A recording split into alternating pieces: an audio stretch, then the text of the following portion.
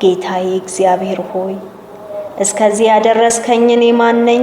ቤቴስ ምንድን ነው? ጌታዬ እግዚአብሔር ሆይ ይህ በፊትህ ጥቂት ነበረ፣ ስለ ባሪያ ቤት ደግሞ ለሩቅ ዘመን ተናገርክ።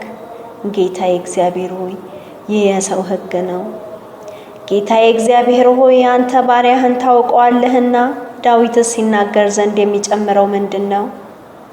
ለባሪያ ታሳውቀው ዘንድ ስለ ቃልህ ምክንያት እንደ ልብህ ሐሳብ ይህንን ታላቅ ነገር ሁሉ አደረግህ።